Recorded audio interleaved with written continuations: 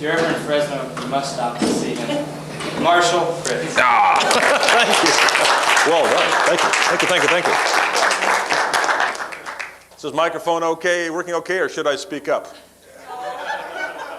Got to speak tomorrow too, so I decided please mic me tonight so I don't lose my voice. We're going to be addressing, thank you by the way for that splendid introduction. I'm so tired of writing those things for other people to say. It's neat to be working with a person who can go up and give one a cappella and keep you all interested. And so this is the kind of bright young people that are coming into the libertarian movement as you look around. And there's also bright middle-aged people and bright grandfathers like me. I just joined the Grandfathers Club this last year, and yes, I do have pictures, and I'm sure you all will ask to see them, so you'll get that opportunity. I told my wife, I said, now, will you please pick cute pictures so that nobody has to strain themselves to say, "aw." And nobody so far, I haven't seen any problems there. It's really fun to be here. One historical footnote, and then we'll move on. Jim, we seem to be getting a lot of, yeah, thanks. Thank you. This is approximately the 140th time this presentation has been given by me. And very likely it is the last time. I'm going on to some other things and starting the school. This is on videotape. We've shipped 700 or so copies of it, so if you really like it, you can replay it over and over and over.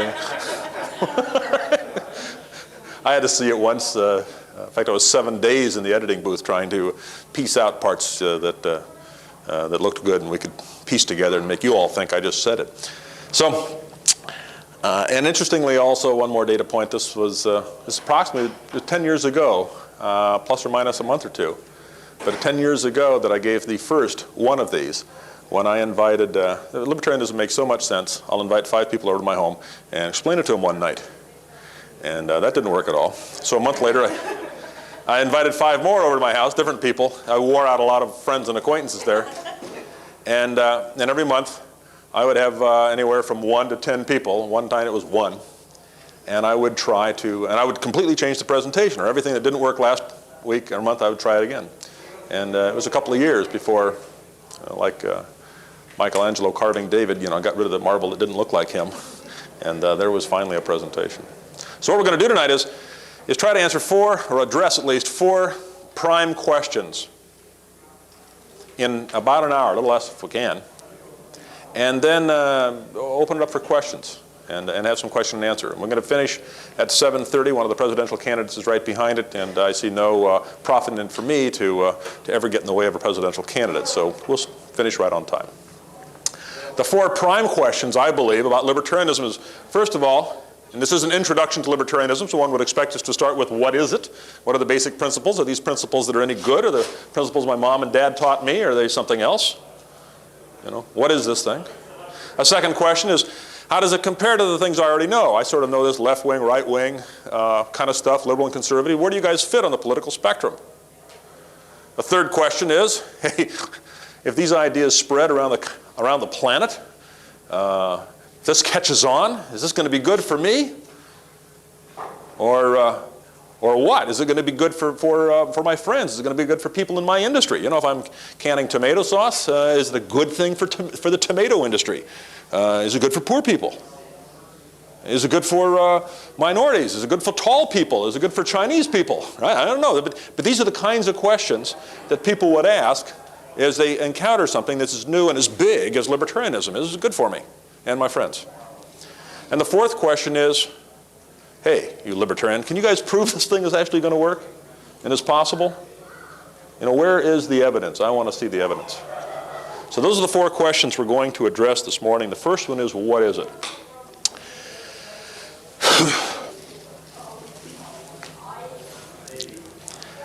We can answer that question any of a dozen or more ways, in the sense of if we all had blindfolds on and we'd never seen an elephant, and we were to go grope an elephant, it would take us a while to grope the entire elephant, assuming he was sedated, and or with discussion with our friends to resolve just what an elephant is. It's that big.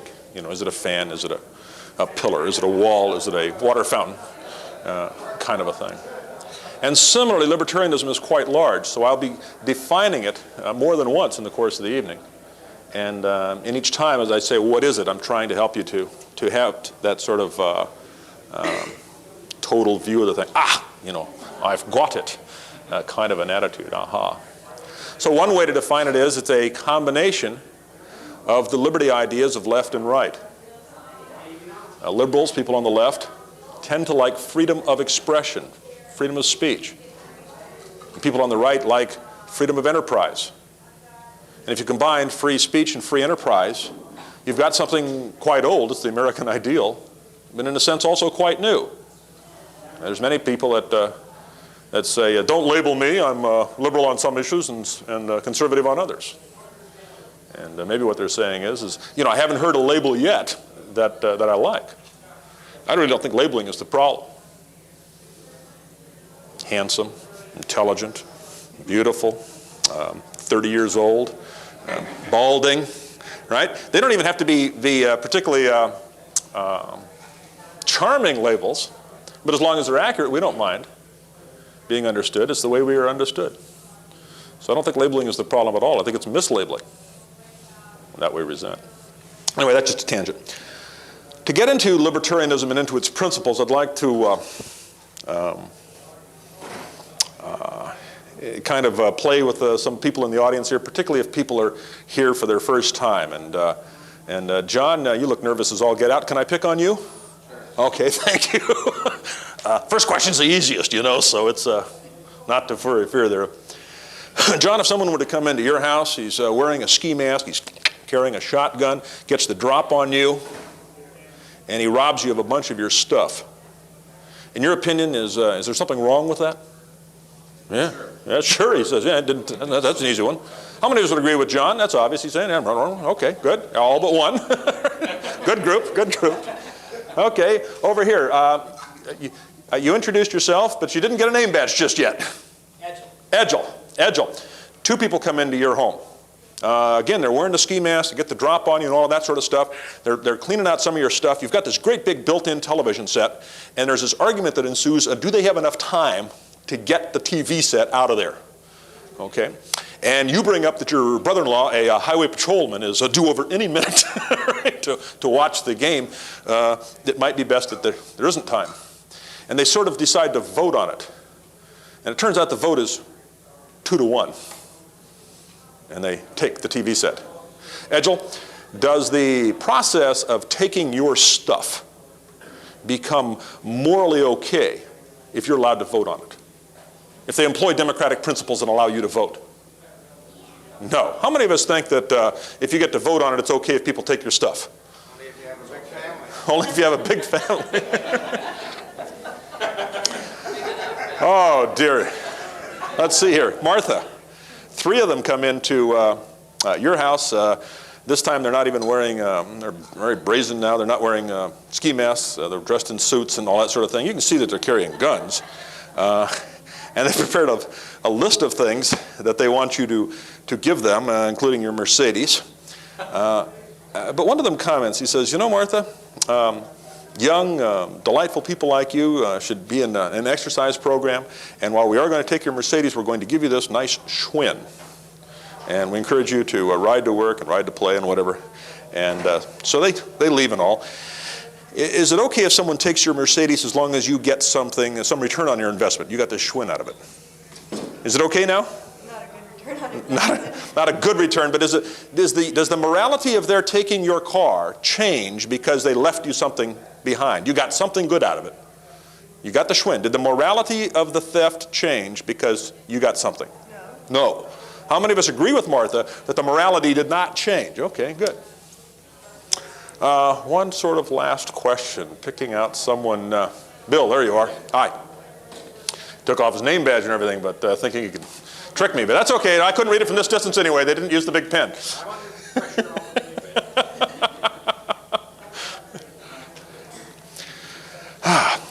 He's not a true libertarian. He likes to put on a name badge. The rest of us have to be practically coerced into it. So good for you, Bill. 4 of them come into your shop. Same thing with the Mercedes and the list and all this kind of stuff. But they do one more thing.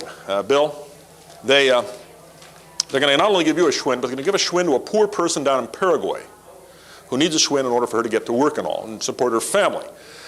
And let's say a couple of things here. One, you have not only a generic belief in value in helping disadvantaged people, but you have a very specific burden on your heart for the people of Paraguay. You lived down there as a kid, your mom was the ambassador, you went back in the Peace Corps, and you've got this great sense for the people of Paraguay. Bill, is it morally okay for someone to take your Mercedes if they do something that you consider good with some of the proceeds? It's not morally okay. That does not become morally okay, in your opinion. How many of us agree with Bill that even though they're doing something sort of nice that we approve of, it doesn't become the morality of it doesn't change? All right. Let's see, what are we up to? 4. Chris, what if we had 14 in the group? Would it be okay then? I don't believe so. No? Richard, 40? Philip, 400? Linda, 4,000? 4 million, Phyllis? 104 million? Hey, watch it, guys, you're wrecking the carpet. 104 million people? Yeah, John's saying, I don't know, it's a lot of people to crowd in the house. The question is, how many people does it take in a gang of robbers to somehow transform the immorality of robbery, somehow transform that into the alleged morality of taxation?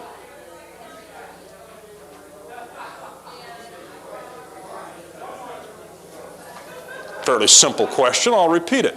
How many people does it take in a gang of robbers to transform the immorality of robbery into the alleged morality of taxation? Yeah, shaking his head. And that's the libertarian sort of answer. Is golly, there isn't sort of an answer. I mean, some guys get cute. Okay, all of the world, that kind of a thing. Every person, but which means maybe it wasn't coerced if you wanted to do it yourself. If you just gave somebody your Mercedes, that's not coercion. Libertarians can't seem to find a difference between taxation and other subsets of theft. There's burglary, there's embezzlement, there's there's another one that starts with an E, extortion, robbery, arson, are all subsets, and even fraud and trespass, in a sense, are subsets of a general area called do not steal. And the libertarian view of things, libertarians are folks that can't see a distinction, even if the theft or the confiscation is performed by a large number of people who claim to be doing good and may be doing some good thing. I mean, I'm not saying the poor person in Paraguay couldn't use the bicycle. Now, lest you think we're tax protesters, there's occasional one now and again, so, and then I go to Club Fed and come back out and say, well, it wasn't such a good idea after all. They treated me okay, but it was a year out of my life kind of a thing. Lest you think we're tax protesters, when my son, and I'm sure the same thing would happen to you if your son were to go to work in an all-night gas station and he asked the question, what do you do, Dad, if a robber comes in? What do you suggest I do? And guess what Dad suggests? You give them the money. You give them the money. You give them respect, right? You give them, what they're asking for. When they've got the drop on you, they're dangerous. Now, is Dad saying that robbery is moral and good? Huh? Is Dad anyway? No. He's just saying, those folks are dangerous. Don't provoke them. Give them their money. And I think that's the basic libertarian stance towards taxation. Those folks are dangerous. Give them their money. So we're not anti-tax in the sort of different ways that there are to resist. We're not in the tax resistance movement, the vast majority of libertarians. But they carry this opinion that it is an outdated, immoral concept, and in the same sense that we today look back on slavery as a poor employment technique, an immoral employment methodology. And yes, we still have cotton, isn't it nice, right? libertarians predict that in 50 or 500 or 5 or sometime in the future, that human beings will look back on the whole concept of taxation with the same attitude that today we look back on the concept of slavery. And they'll say, wasn't it barbaric? They would threaten people with guns to take their money, to help each other, or to do things that they needed. Isn't it barbaric? And we'll still have roads, and we'll still have police departments, and we'll still have rules and laws and these kinds of things that we need. It's just that the funding will be not coercively done. And there are people here in this room, I'll bet, who have government provided garbage collection, and there's people in this room that have private garbage collection. And my garbage gets picked up on Wednesday by a private garbage company. And if I want to, I can switch to Friday service, and there's a different, competitor. We want customers and their phone number right underneath it. It doesn't need to be a monopoly. And garbage collection privatization is a fairly easy one. Some are tougher. But that doesn't mean they can't be done. Not by a long shot. So when we get to the question, what is libertarianism? What is it? I think, hi, Dennis. It's good to see you. What is libertarianism? I think libertarianism is the basic principles that your mom and dad, in all likelihood, taught you. They're the principles that my mom and dad taught me. And that morality does not come from what the group decides. How many of us tell our teenage children, well, you just find out what everybody else is doing and then you do that. Oh no! That's not the way we decide morality. Right? We say, you Considines, we're different, right? You don't have to do that, right? Everybody's doing, there's some standard that's outside of just all of us kind of guessing as to some majoritarian approach. On a personal note, and then we'll move on. When I was about 11, I jumped off a roof. I thought I was fairly well prepared. I'd put a beach towel around my neck, and I hollered, Superman! I was like, uh-oh. Some other people have used similar preparations. And my father found out because of what happened to my ankle. And he said, why did you jump off the roof? And I said, well, because Denny and Chucky did, right? And my father said, monkey see, monkey do. How many of us have ever heard that expression? Nothing my father ever said to me hurt as much as him somewhat accurately calling me a monkey. I didn't like that a bit. And from then on, I always jumped off first. And let Denny and Chucky explain to their dads why they did it. Yeah. So,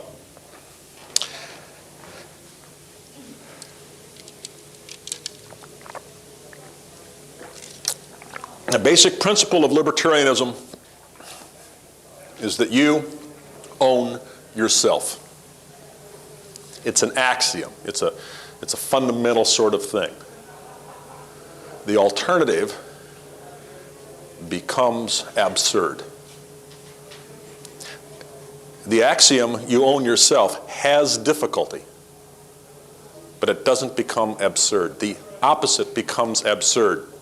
I own you, you own me, we own him. I'll decide what you wear, you decide who he marries, he decides what I eat. You see what's happening? We go crazy if each of us thinks of the other as, that we can own them in the sense that you can own a parakeet or a lawn mower or something. And then, of course, they reciprocate. It becomes insane. If we really take it to its full extent, we're in fistfights or something within 20 minutes. Now, there are difficulties with the axiom. How many of us in here know someone who's not very good, or perhaps terribly incompetent, at running their own lives? May I see a show of hands? Okay. How many of us are sick and tired of those people trying to run ours?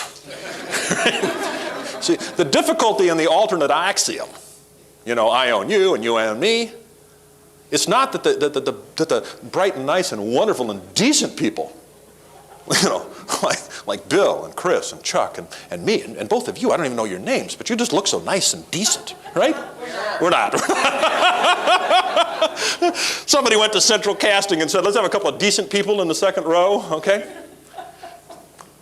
But see, the problem in that whole alternate axiom is that the decent people don't actually get to be in charge and run the world. You know, it's not the Mother Teresa that says, elect me, elect me. It's the Gary Harts. He can't run his own life, but he can run yours. Right? Yeah. It's the Stalins, the Nixons, the LBJs, the Brezhnevs, the Mao Zedongs, the Idi Amins, the Papadaks who rise to the top. It's not Tom Dooley, Schweitzer, Mother Teresa. They don't want to get into that stuff because it's corruptive, it's corrosive. Lord Acton said, power tends to corrupt, and absolute power corrupts absolutely. So, what is it? Libertarianism is, in all likelihood, the principles that your mom and dad taught you. It's the principles that the America was founded on. And if the founding fathers were able to come back today and shop around for a political ideology, there's no question as to which one they would select. No question. Question 2. How does libertarianism compare to left and right? I mean, we're all used to this, this left-right spectrum, aren't we? Although, oddly enough, we never see it with tick marks. Makes you wonder what they're measuring if they don't have tick marks. But we'll put the liberals on the left and conservatives on the right. Everybody comfy so far? Okay.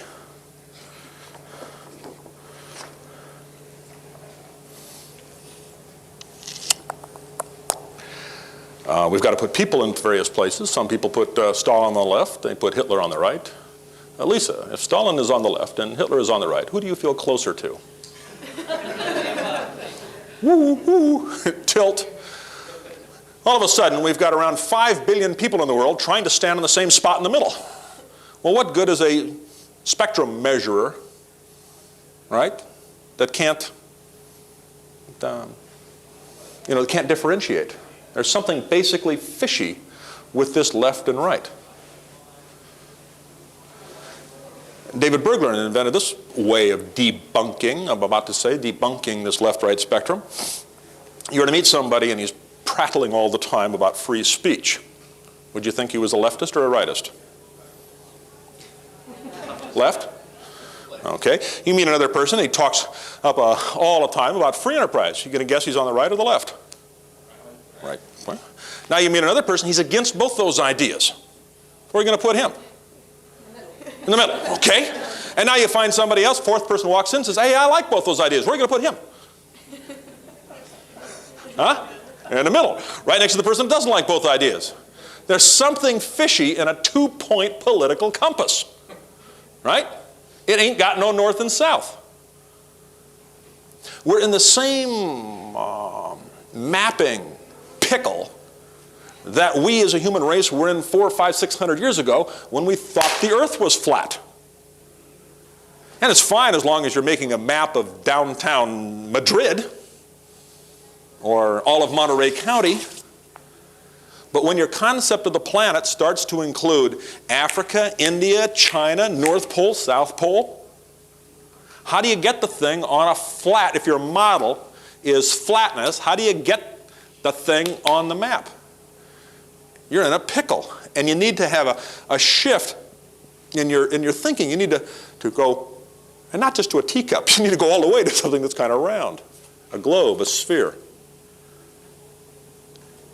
And now you can better understand the planet Earth. And we're in the same sort of pickle with this blasted little simplistic two-point political spectrum of left and right.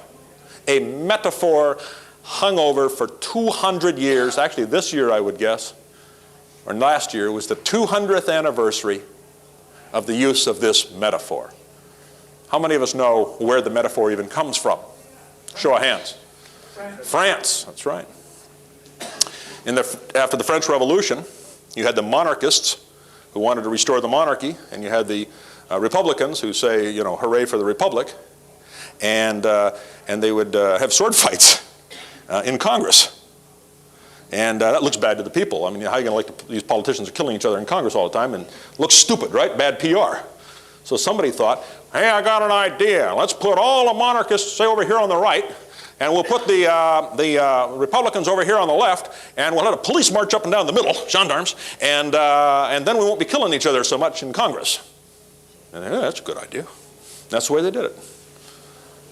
And now and now let's hear from the left. this profound system that political scientists and journalists use all the time. Right? There's just nothing more than an outdated 200-year-old overly simplified metaphor. And what we need is really a 4-point political spectrum. I'd like to propose, if we can get it right side up,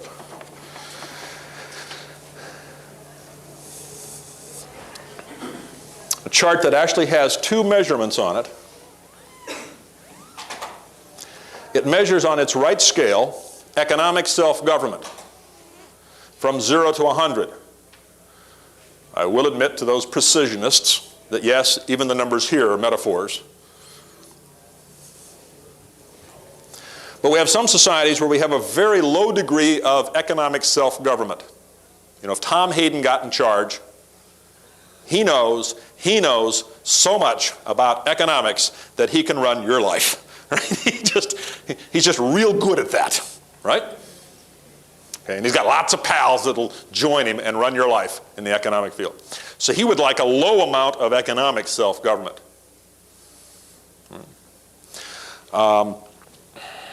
Milton Friedman, Jim Buchanan, George Stigler, Friedrich Hayek are all 4 economists that have won the Nobel Prize, and they're all very bright chaps. But none of them thinks he knows enough to run your life economically. And if they were sort of in charge, and the power hadn't had too long to corrupt them yet, because they'd go just like anybody else. But in the beginning, they would very much prefer a high degree of economic self-government. They'd be out here somewhere in the 80 or 90 or 100%. Likewise, and this clever division, by the way, of human nature was devised by David Nolan, a political science major, a graduate of MIT about 20 years ago. And on the left, what we have is human actions that are not measured in monetary terms.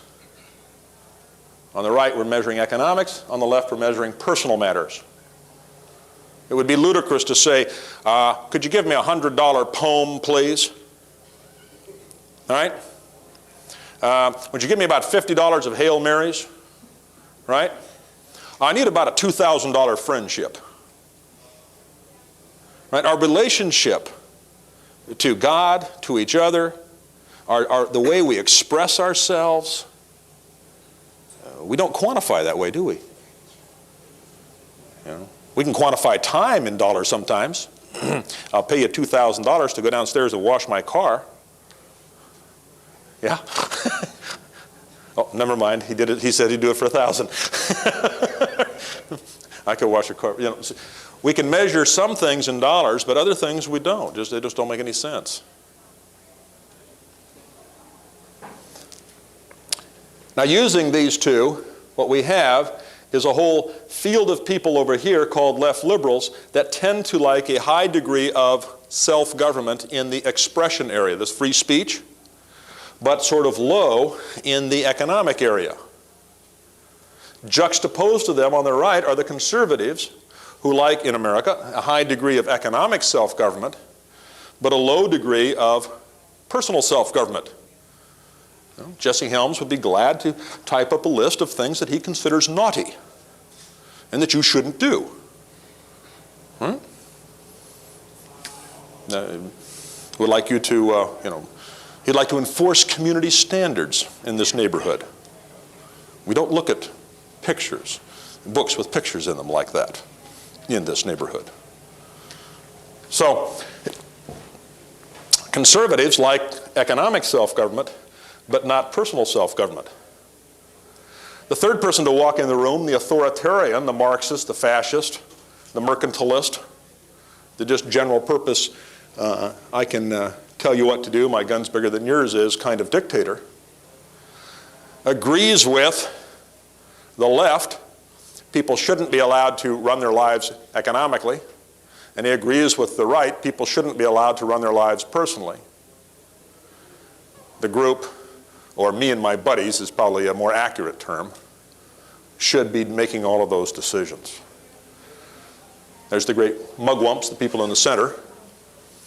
But interestingly, the flip side, the people who agree with the left in terms of free speech and agree with the right in terms of free enterprise are up here. And that's where a Milton Friedman, for instance, is, or a Buchanan or a Stigler or a Hayek, is they believe both in free enterprise and in free speech, freedom of personal affairs. When Buchanan was awarded the Nobel Prize, he was asked, how does it feel as a conservative to receive the Nobel Prize? He said, conservative? I'm not a conservative, I'm a libertarian. Yeah. Oh, well, then we'll write about something else, I guess.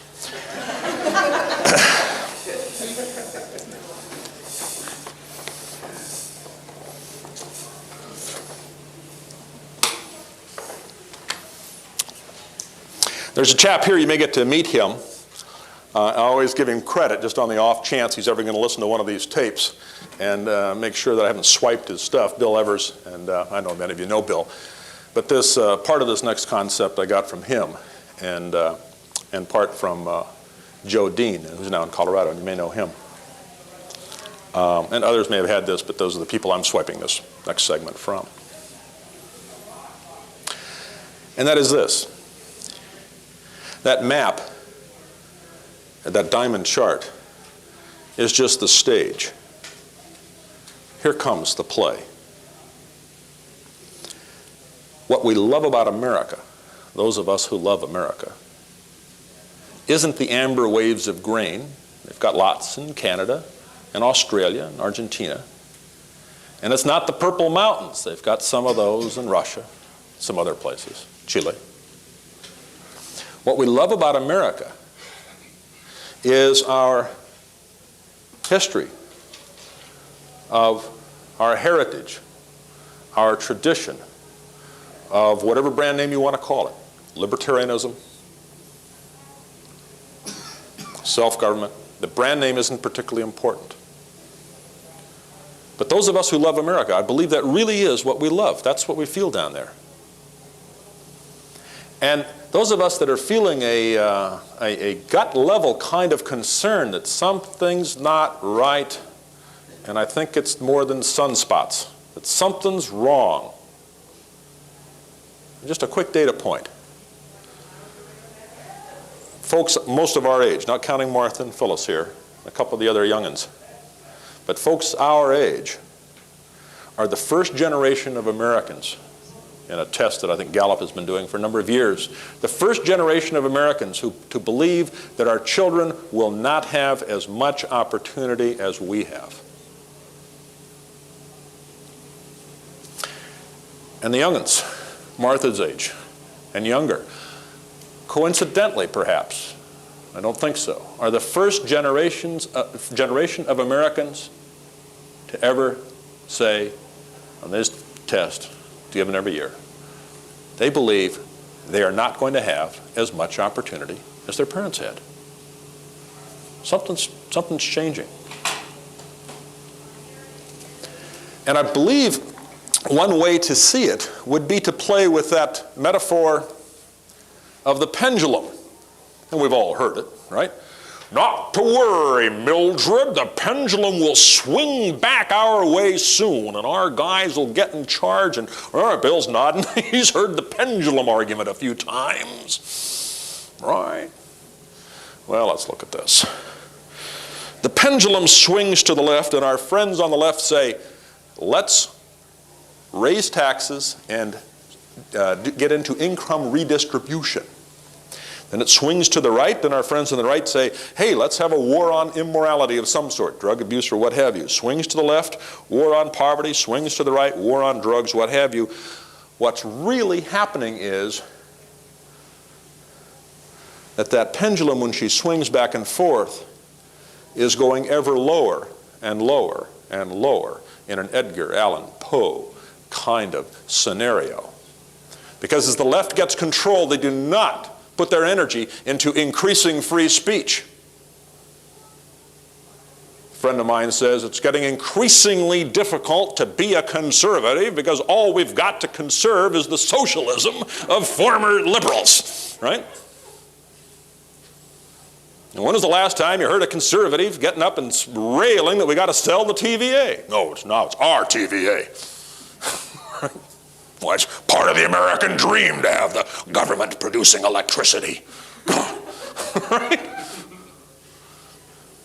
Wouldn't be a good America unless we were sort of like the Soviets, would it?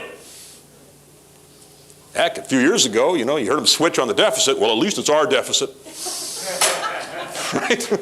Called it blank blank. Yeah. It's just a horse race to see who gets to be in charge. There's two teams, the left and right. And my side will get it for a few years, and your side can have it for a few years. And it's just a tag team match. The Hulk Hogan's of political world. How does it compare to left and right? When I'm asked, where do libertarians fit on the left-right's agenda or spectrum, I say we don't. We're above the line. And the Marxists aren't really on the left, they're below the line. The fascists aren't really on the right, they're below the line. Marx and Hitler, Stalin, the whole ilk are just kissing cousins right down there. There's no real difference in what they were going to do to you once they get their hand on you.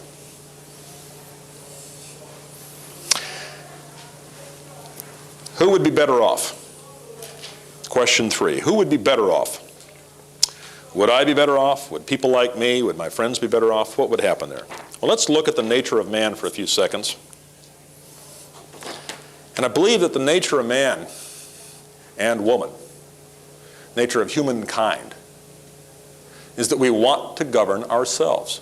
It's real important to us. Mom, let me do it myself.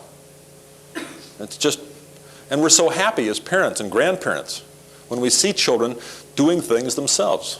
That first step, that first, no matter what they babble, it sounds a lot like Grandpa. Right? Well, it does to me. But the nature of man is that we want to have self-government both in the social and the financial aspect of our life. Now, a nice thing happens in a society if we allow social self-government. Because from allowing people to govern themselves in the social or the left or the personal side comes tolerance. And from tolerance comes a harmony in society.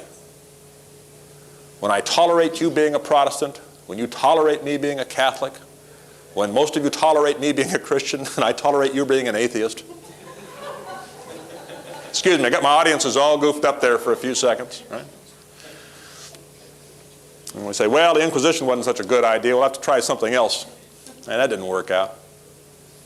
When we get rid of that kind of nonsense, we can build a harmony in society, and we can live next door to each other and not have to have a replay of the 30 Years' War. Similarly, if we allow people financial self-government, if we allow them to own their farms, for instance, what we see is that they become personally responsible for their productivity, and then we see an abundance. I think we'll be hearing from Mr. Chen tomorrow afternoon and his remarks on what's happening in China. But when people have personal responsibility, they tend to be productive. Just a quick story on an early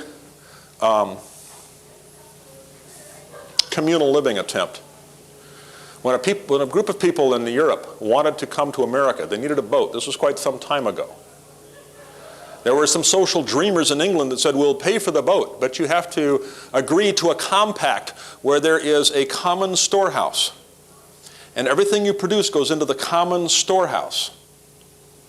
And then each draws according to their needs. But we social dreamers have this plan, and these wealthy folks bought the boat. These folks schlepped all across the sea, came to America, and the first year, half of them died. The second year, half again died. The third year, the leader, Governor Bradford, said, enough of this social compact idea. Everybody's going to have his own corn crib, his own barn, and what you grow this year goes into your barn, and you get to eat it next winter. Because if we keep dying halvesies like this, this isn't good. And that fall, they celebrated a bountiful year. Because the prior 2 years, you see, well, I feel it on my heart that I should pray today, and I don't really want to go into the fields and work. Or my child needs me, I'm not going to go into the fields and work. So there just wasn't much work done. But when it was personal responsibility, then all of a sudden, there was a bounty, and they celebrated that fall. Does anybody know what that was called? Thanksgiving. Thanksgiving is right. We've just been talking about the Pilgrims and the Mayflower Compact. An early attempt at communal living that they figured out in 2 years. It's taken the Ruskies 73 years. You figure out this communal stuff doesn't work out all that well. If it's a family or something as intensive as the Franciscans, you can accomplish it, but that's in very small groups that voluntarily want to stay with each other. It's not compulsory. What happens if you have both left and right? What you have is enough to eat and nobody shooting at you trying to take it away. And if you can feed your family and nobody's shooting at you, that's sort of a basic Maslow first level kind of slice of security from which you can start to build some other things in terms of maximizing human well-being. But you got to have them both. You can't go halvesies on this thing. If you try to build a society in which you respect the economic self-government, but not the social self-government, and not that South Africa is very good over here on the economics, it's not. But it's a horrid mess with apartheid and everything on the social side. And you have a society that's got some, let's say, some major cracks in it, put it mildly. If you do it the other way, build a Sweden, and you've got a relatively high degree of social freedoms, but economically you're a mess. And once again, you have a society that's crumbling.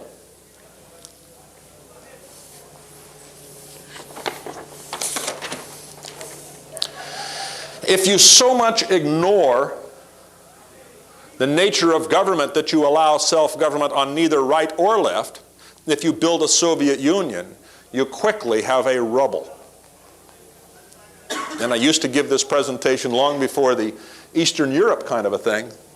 And we used to draw comparisons, and still can, I guess, between an East Berlin, West Berlin. That's going into the memory hole now, and we won't have that same vivid play of the Berlin Wall in a few more years.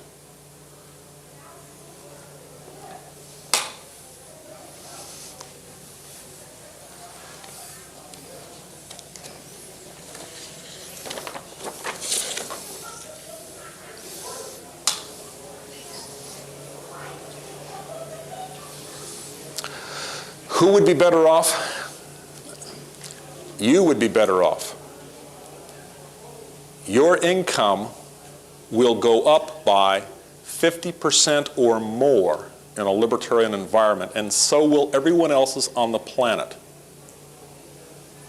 even as libertarianism spreads to their area. I'll show that in a few seconds. And that's before you start the 4% compounding annually of the increase in productivity that happens above even the increase in population. And what you have is the capacity in a society like Ethiopia or Haiti or India, Pakistan, where I used to live, Bangladesh. you have the ability to quadruple the standard of living in 35 years. That's how productive people can be if you remove the shackles. They can grow the food, they can feed themselves if you remove the shackles.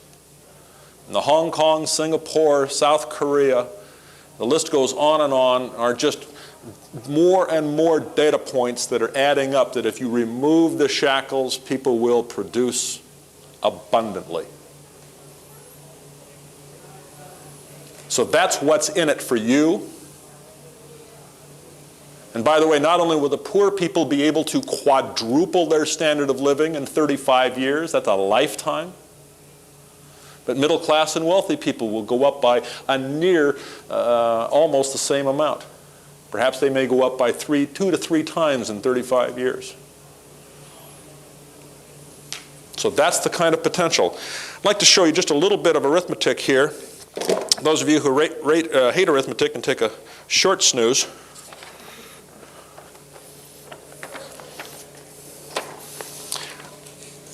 This is not necessarily a typical family, it's just a family.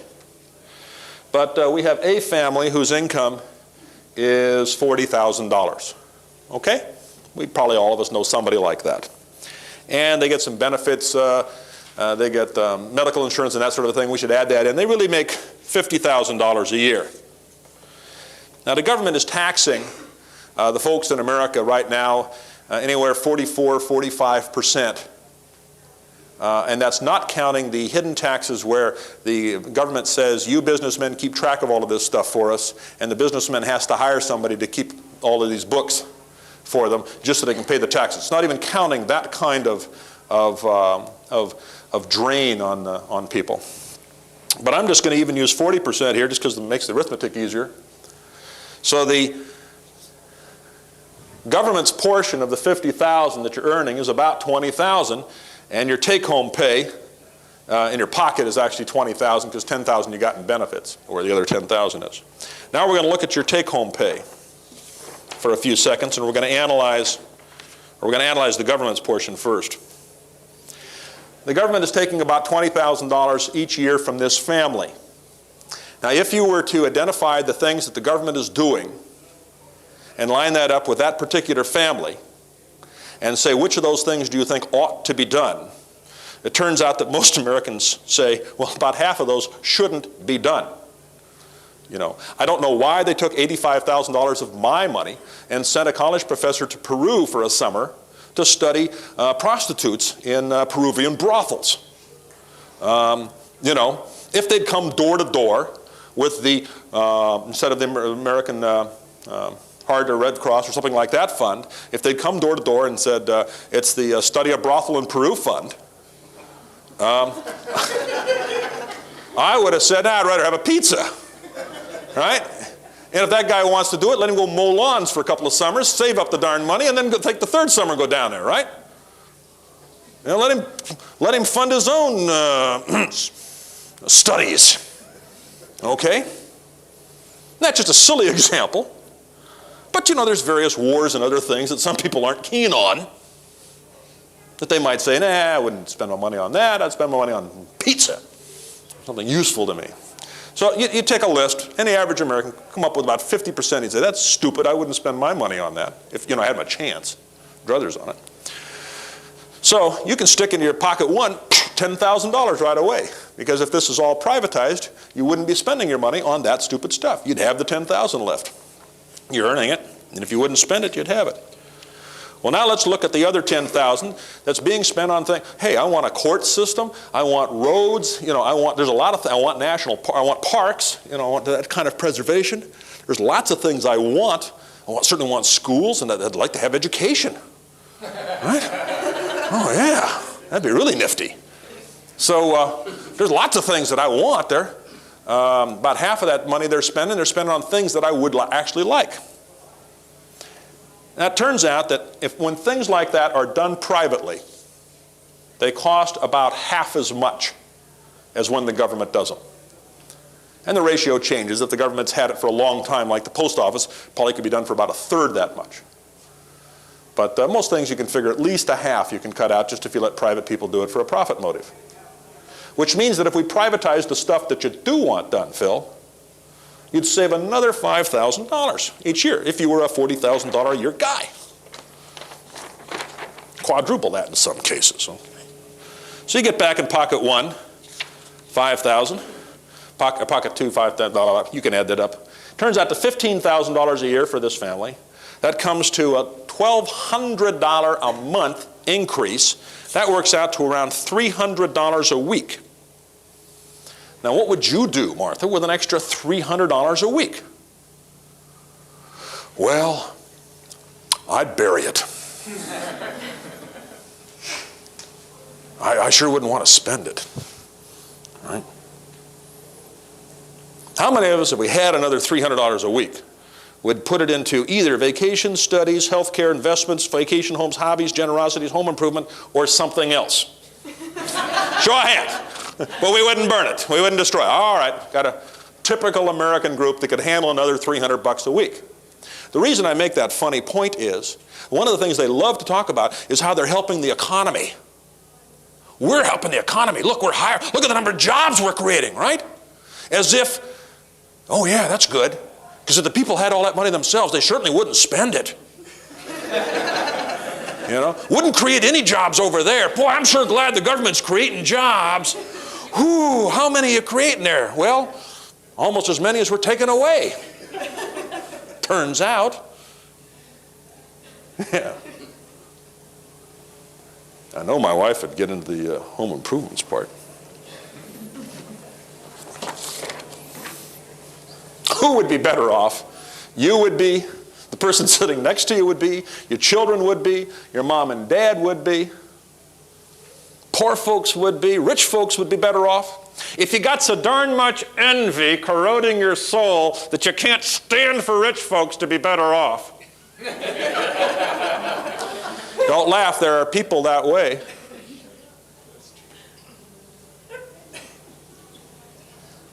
There are people for whom harming rich folks is more important than helping poor folks.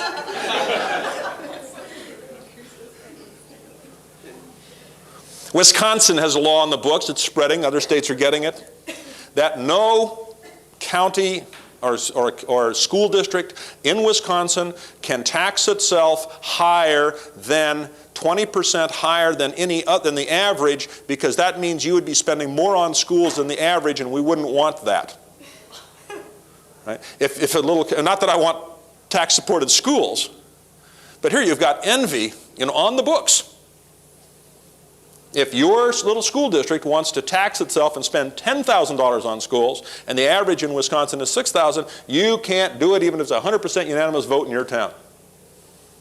Oh, that would be naughty, because you'd be spending more on your kids than the other kids, and that wouldn't be fair. It's true in California right now. Well, it's true from a different standpoint because of the way the funding is done in California. They did it. I never thought of that before. You're right. You're right. You're right. They're rascals. They snookered me. We're all snookered, ladies and gentlemen. Thank you for de-snookering me on that issue. You're right. Everybody see it?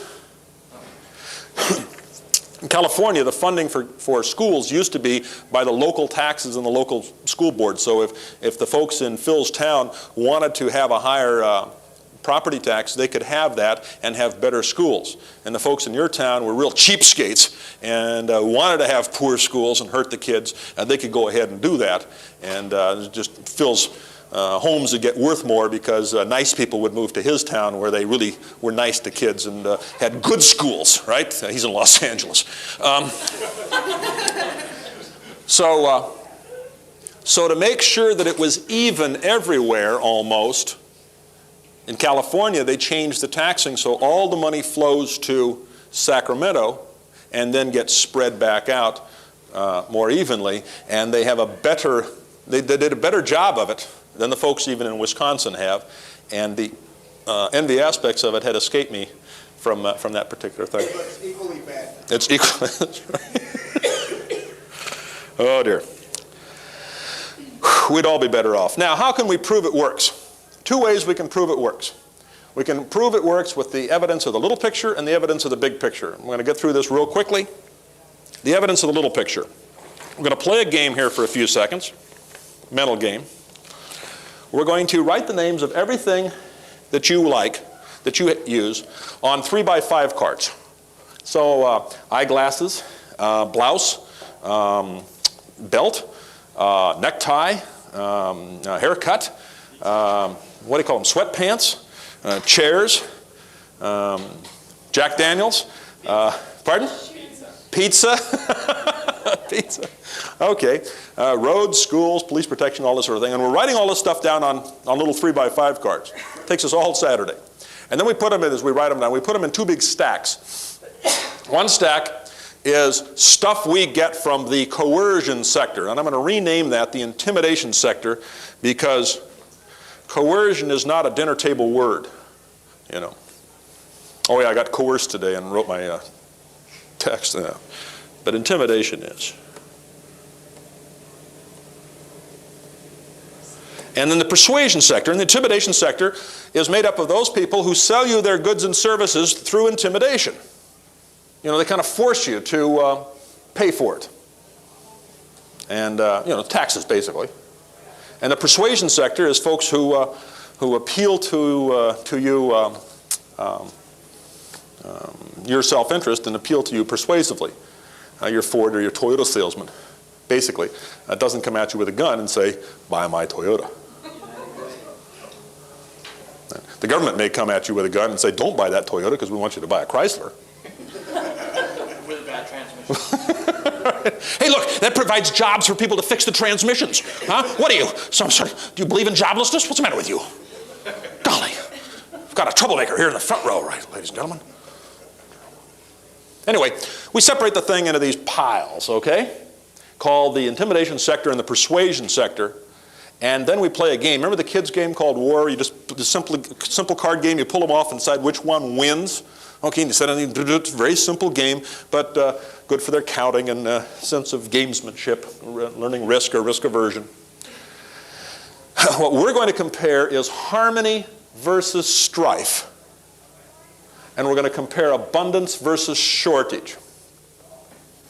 For instance, gasoline right now is coming primarily out of the persuasion sector. But there have been 2 times in memory of all of us when gasoline pricing was moved to the intimidation sector. Remember when we had the gas shortage and the government helped out by controlling the prices? Now, what happened to people's attitudes when they were in gas stations? Did we have harmony or strife? Yeah, strife. We had shootings in gas stations. Folks, you remember that? Or am I talking? All right. Okay. We moved gasoline from persuasion to conservative. Boom, and we moved from harmony to strife. By the way, what happened between abundance and shortage? All of a sudden, we moved from abundance to shortage. 90 days later, when we allowed the free market to control the prices, what happened? We went back from shortage to abundance. Okay, because at 79 a gallon, there wasn't enough. At 99 a gallon, there's plenty. You know, and now because prices are working. Prices are very compact information nodules. Prices do work for us. They're crucial transmissions of people's wants and needs and availabilities and the supplies and where it ought to be. It's why the socialism fails, is it doesn't have those little information nodules called prices. No, I'm not going to pay that for a pair of pantyhose. Oh, really? 3 pair for $1? Okay, I can pay that. But see, that little pricing nodule is information to you. Now we're going to play a game. I go over here, blindfolded. You could actually come up and blindfold me if you want to. And I pull off 2 at random. We've already shuffled them. And then I look at the 2 cards. Ha! Same ones as last week. What do you know? Human blood plasma and the post office. And we'll just talk for a couple of seconds about them. Human blood plasma, or whole blood in America, is pretty much in the persuasion sector. There is nobody in jail for failure to pay his blood tax. You know, there is no give a pint or go to jail. It's all given voluntarily. Either by nice people. How many of us are nice people and have given blood? May I see a show of hands for all the nice people? Okay, and I know there's other nice people, you just had diseases that don't allow you to, right? And some people sell their blood, right? Yeah, college or whatever, poor, what have you. And, but they went in of their own persuasion. And how much blood do we have in America? Oh, about this much. How much do we need? Oh, about this much. Right? And then what happens? Well, there's a big problem somewhere. There's a flood or a fire. There's a catastrophe somehow, and the need for blood shoots up. What happens that week? What happens that week? The supply of blood shoots up. People respond. Completely voluntary. And then after a couple, 3 weeks, the need for the blood starts coming down. What happens then? The supply comes down. You never read about a blood glut.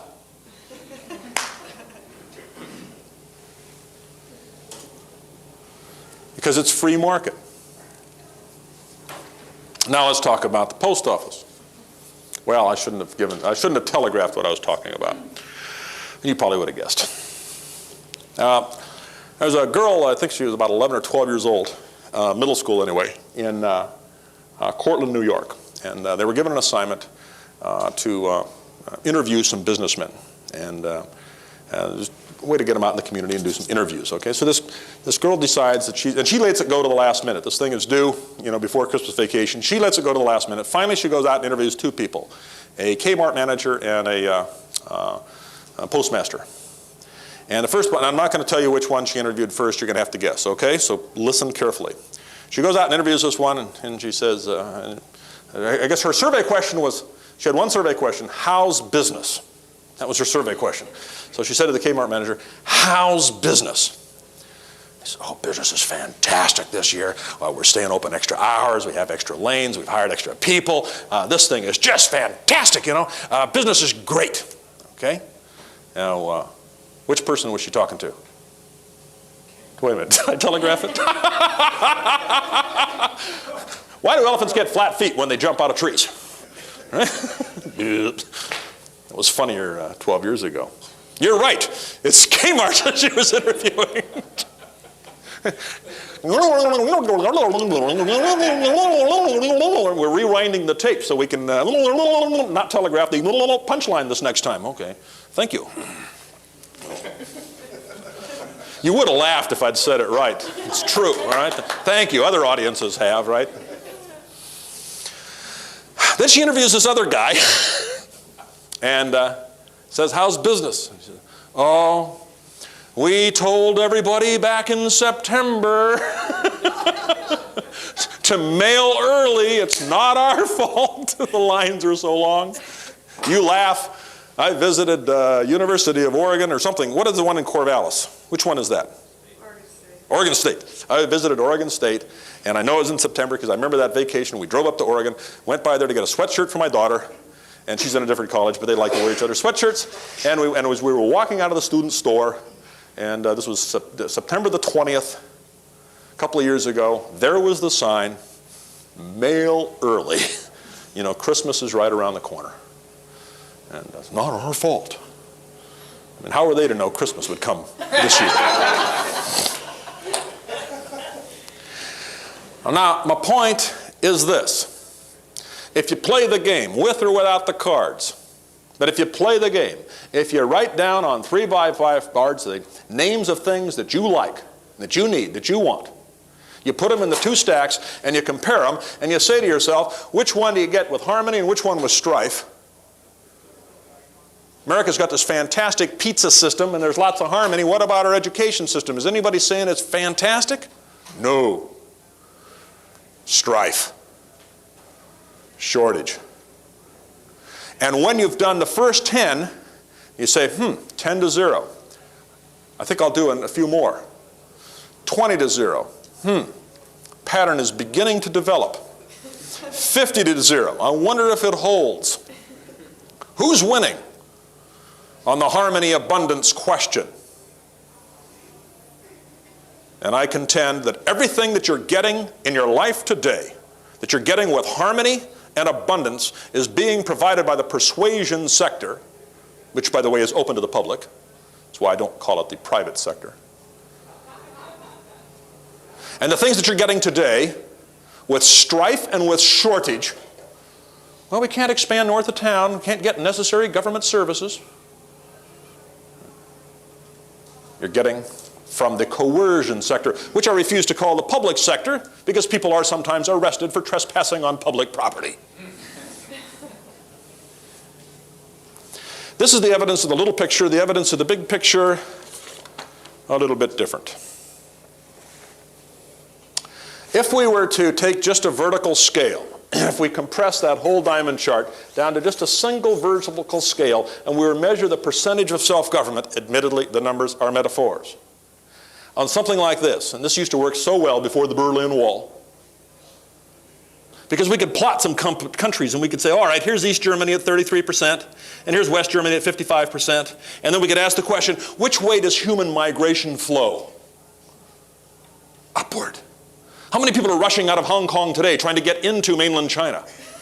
Let me in, boat people, we're ready to go to Vietnam. All right, come on. February the 15th, 1991, 7:30 at night. The next speech is about to start. How many people are on a rubber raft right now paddling toward Cuba? I mean, it's time for mental floss, right? Where is the proof that self-government works? It's in the experience of human migration. And people migrate toward more freedom.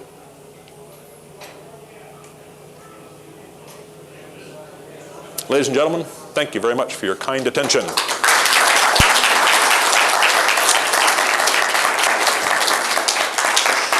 Thank you. We will take questions. There will be no time for answers. I'll take them real quick. Bill? I expected to hear something on the, when I joined officially the Libertarian Party, I had to sign a pledge. Yep. That I was opposed to the use of force to the instigation of force right. to solve political and social right. problems. And I have heard nothing tonight about that. I kind of expected something. As I say, there's 101 ways or 1,001 ways to define libertarianism. And I, too, have signed the pledge. How many of us have signed the pledge? May I see a show of hands? Okay. And it's just a different way of describing it, but in a perfectly wonderful way. Someday I hope there's a book of one-liners on describing libertarianism. So I didn't mean to leave something out in that. You had a quick question, Martha? No. It was a long one. All right. Yes, sir. There's in the liberal left, there seems to be a movement towards politically correct thinking. Where would that fall in particular paradigm? It's an anti-freedom attitude. The PC, the whole thing is a form of authoritarianism, and it's more and more towards the authoritarian corner, people that are somewhat left liberal but are really more authoritarian. They're only considered, I think, most of those people that insist on that, they're only considered left liberal, and they're thinking in terms of this two-dimensional scale. And if you were really to go out and test them very far, I think most of them would fall down in they'd be high left authoritarian or low left, far left. So, they're just closer to Marxists and fascists than we are. New thing. A lot, yeah, new thing for you. Yes, one last zinger from the last row. I'm always careful there. Well, what a shame we didn't have time for her. Go ahead. Good and loud. If I choose to spend my $10 on the road system and my neighbor chooses to spend their $10 on pizza that night, where does the free rider come in? Do they get to use my... Yeah, the free rider question, there's two questions. The free rider question is, are they using my dollar, okay? And there's two ways to ask that question, and I do not wish to offend you, and I'm sure if we got to know each other better, I would find that what I'm about to say applies to other people who asked the question the way you did, and not to you. there's two ways to ask the question. One way to ask the question is, would there be enough roads? Would there be enough blood? Would there be enough whatever if it was voluntary? I think that's a wholesome question. And I'm glad to address that, because it shows a concern for human needs. There's a different question, though. What if I were to give blood and others weren't, and then they were the free ride on my blood? What if I were to be so nice as to pay for the roads, and then the other people use my roads to go buy pizzas? Right? And that, ladies and gentlemen, is covetousness. A word that almost isn't used. I mean, the old-fashioned sins are gone. Sloth, lust, right? Covetousness, can't pronounce it anymore, right? The new sins are poverty, injustice, greed, these kinds of things. So I'm afraid that if you study your motives there, you may find that the motive is covetousness. You want that $10, and you don't want them using your road. And I do not mean to offend. Thank you very much. Take it away, Patrick.